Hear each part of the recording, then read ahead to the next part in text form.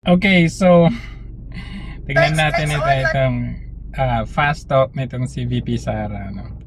Galing kasi nag-walkout siya dito. Panoorin natin ito. Lights off. Off. Lights off. Lights off. Off, perme. Sex or chocolate? Both. Best time for sex. Grabe po na yun, ano. Or, Sports before show. sleep. Before Metro sleep. Davao o Metro Manila o Davao City? Davao City, of course. Most beautiful place in the Philippines. Yung tipong kahit, ano mo yun, Hirap yan na. Pwede, 5. pati sex Okay, eh. sige. Bicol Region. Central Visayas. Tibuok Mindanao. Yung pala, Eastern buong Pilipinas Visayas. pala. Western Visayas, Northern Luzon, Central Luzon, Calabar Zone, tapos buong Pilipinas. Buong Alin Pilipinas natin pala. ang Pilipinas. True love or world peace? So, like, World peace. World peace. Siyempre, world peace, love yun. Love is Love giving is yourself unconditionally to others. Ganda o talino? Talino.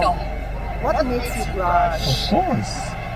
Ikaw, you make me Ikaw blush. talaga, Tao yung nahanap mo after the long tired day. si VP talaga. Masayahin ba interview? Mga anak? Mga anak. DepEd or OVP? Oh, Oh, DepEd and OVP. Mahirap kasi Mayor or sabihin, Vice President? mahirap kasi sabihin OPP, baka mamaya, ay, kita nyo, may plano yan sa 2028. Mayor and Vice President. Pwede man ba? One thing you are not good at. Ano? Mayor And one thing you are not good at. Ah. Pwede. One thing yan not good at, kung ako ang sasagot nito, sabihin ko, yung makipagplastikan na hindi ako marunong kasi totoong tawa ko. Computers. Sexiest man in the Philippines. Sexiest man. Man Scorpio. Kung saan sexy gani, kanang gwapong lawas. Sa si PRD pala.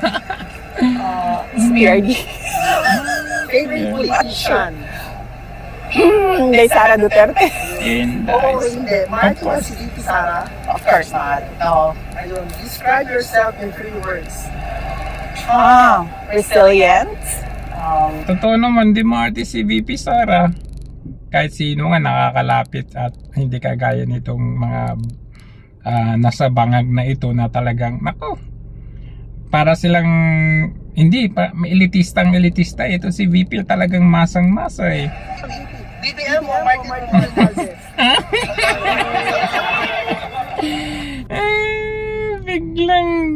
Biglang walkout. Alam mo, compare mo yung walkout nitong si VP at saka yung walkout ni Marcos Jr.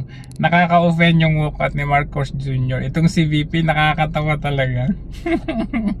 Ayan yung good sense of humor na sinasabi eh. Yan ang ating VP. The best!